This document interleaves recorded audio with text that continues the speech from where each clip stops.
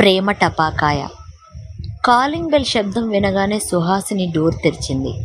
కళ్ల ముందు నిల్చున్న మోహన్ను చూసి ఒక్కసారిగా ఆశ్చర్యపోయింది. అతని చేతిలోని స్వీట్ ప్యాకెట్ని చూసి గెస్ చేసింది.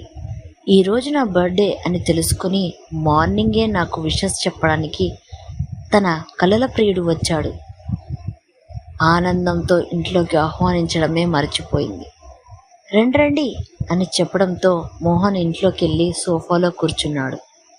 5 నిమిషాల్లో టిఫిన్ రెడీ చేస్తాను, కూర్చో అంది సంతోషంగా. నాకు టిఫిన్ అక్కర్లేదు, నేను వచ్చింది.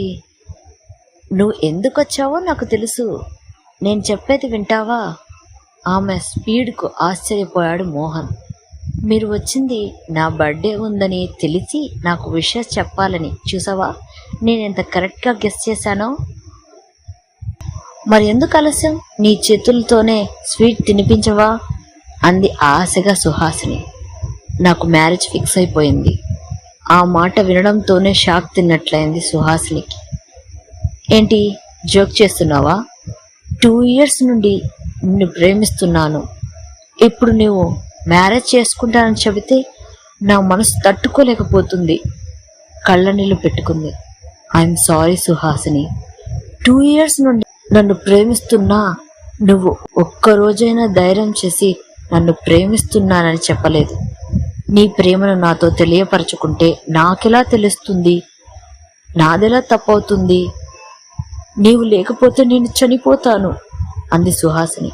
పిచ్చి సుహాసిని, అన్ని సమస్యలకు చావే పరిష్కారం కాదు. సీమటపాకాయ పేలితే బాంబుల వర్షం కురుస్తుంది. ప్రేమ టపాకాయ పేలితే ప్రేమికులిద్దరి మనసులో ప్రేమామృతం వెళ్ళి విరుస్తుంది. గుడ్డిగా ప్రేమించటం కాదు, మనసులోని ప్రేమను మరో మనసుకు తెలియచేస్తేనే తెలుస్తుంది ప్రేమ టపాకాయ పేలుతుందో పేలదో అనే విషయం. నీకు నాకంటే మంచి ప్రేమికుడు దొరుకుతాడు. మార్కెట్లో ప్రేమ టపాకాయలు ఎన్నో ఉన్నాయి.